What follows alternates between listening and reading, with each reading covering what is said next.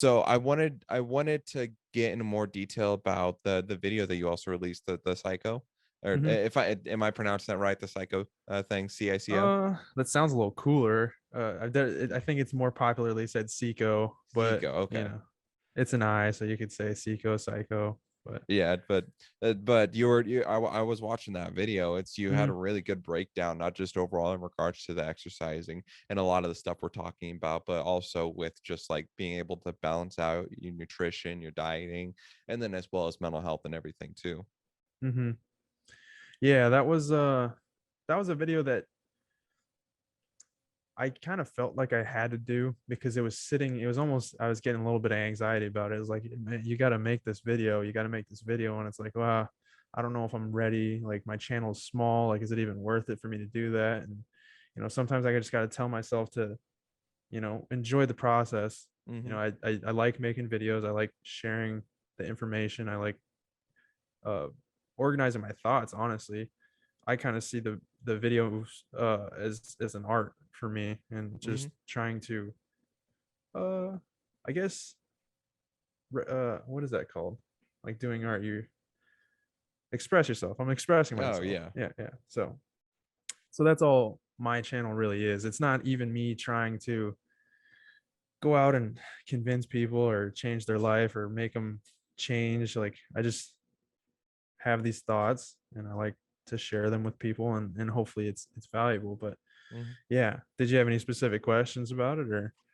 Well, so I liked in particular how you're breaking down the dieting in it, because I think that's where a lot of people struggle with too. Like diet is the biggest thing that like a Mm-hmm. lot of people fight with. Like exercising and lifting, I pretty much I have down and I have a good healthy habit of it, but it's my diet that's always the issue, because it's so easy to just go to those quick gratification meals, whether it's McDonald's or just like that random candy bar stuff like that.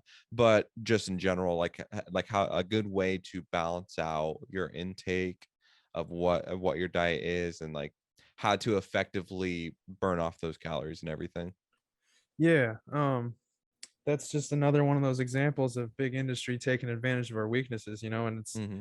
it's almost completely out of our control because uh, most all fast food is just a really palatable mixture of fat and carbs, which is Hmm. not really natural in nature.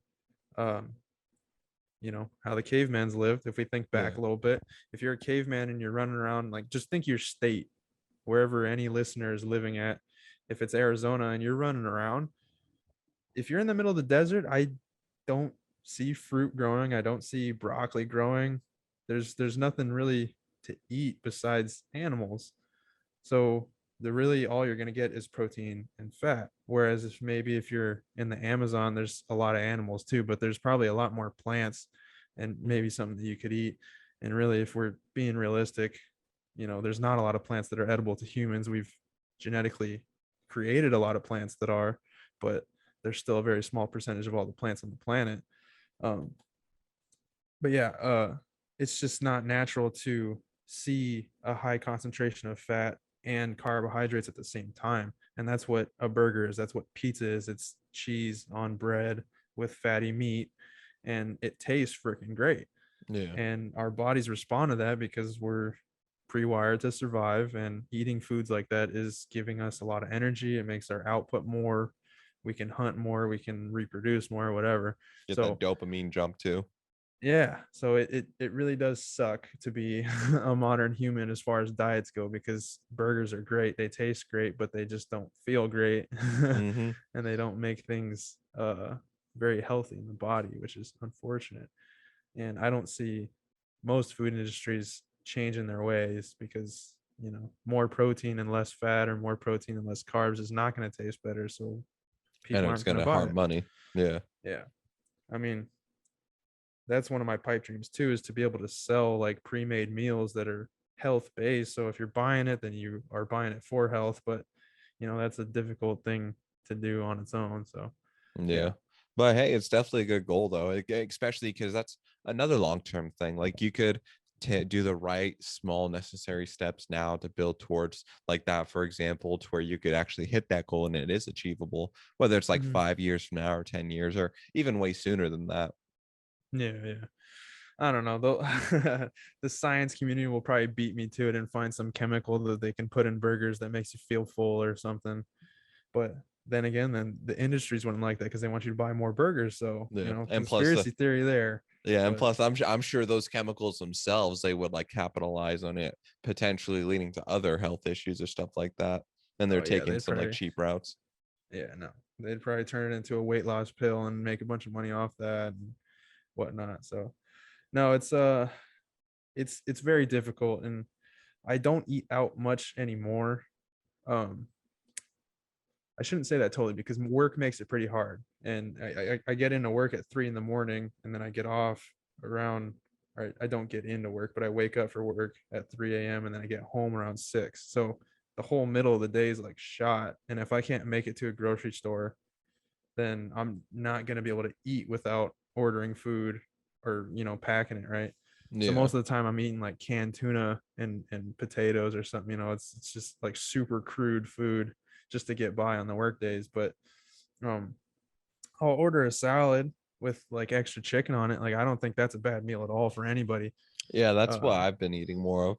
yeah, so I love a salad, and I don't know, as you eat higher protein more and more, your body I think starts to figure it out. It's like, oh yeah, no, protein's pretty lit. Like we need more of that. And it makes things like, grilled chicken breast taste a little bit better after a while. Your body gets attuned to it. So um yeah, just trying to make it through this foodscape that we have is very difficult, especially if you don't like to cook, because I love cooking.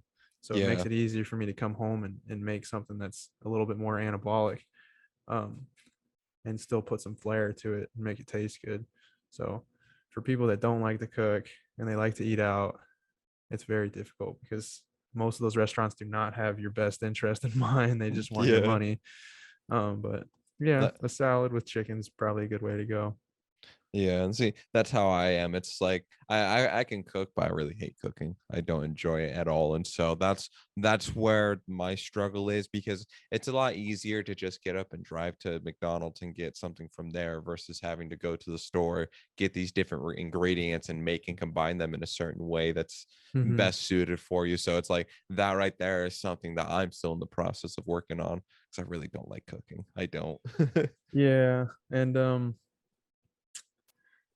I don't know. I guess I haven't really explored this topic. Every time I make a video or talk about dieting on my channel, it's always with the assumption that people are cooking. So maybe it's a good Yeah. thing that we're doing this. But Kind of yeah. kind of like break down maybe a stigma that is attributing to people not doing it because I do feel like that could tie into like we're talking about people are wanting this instant gratification and Hmm. everything like that. And with dieting, it's a lot easier to go get buy a meal from a fast food place or get DoorDash versus make your own thing. So it's like that. And it could be another thing if people could like start like working more on like being able to have the discipline to get control of their own diet, what foods they make and put into their bodies. That could help as well. Yeah. And one of the things that I talked about in that video was like getting, again, with the dogma, right? There's all these fad diets out there. I was a big proponent of the carnivore diet for a while, keto diet. And funny enough, those were almost integral to my downfall of my first weight loss journey. And then I've also tried paleo. I've been vegan for a month. I've been vegetarian for a longer period of time than that. So I've tried quite a few of them. And the crappy part about those is that for me is that I feel like I'm following rules all the time, and it gets Yeah. tiring. Like you don't want to follow rules all the time. That's why fast food is so attractive. Is like you just pull in, say what you want, and you get it. Like Yeah. so, having a I guess a method to eating and dieting that feels natural, kind of the same way that I'm talking with the working out, right? Like just Mhm. going with what you feel on that day, I think is really powerful because, at this point now, I don't think of not eating fat and carbs. I just think I really enjoy eating protein and veggies and fruit. Like I just want to maximize that. And that's all I think about. It's not like what I can't have, it's what I can have more of. So if Yeah. I can just eat more chicken, more veggies, more fruit, it's a green marker in my day. So it's not like I'm basically just focusing on negative things. I'm focusing only on good things, which has helped me quite a bit.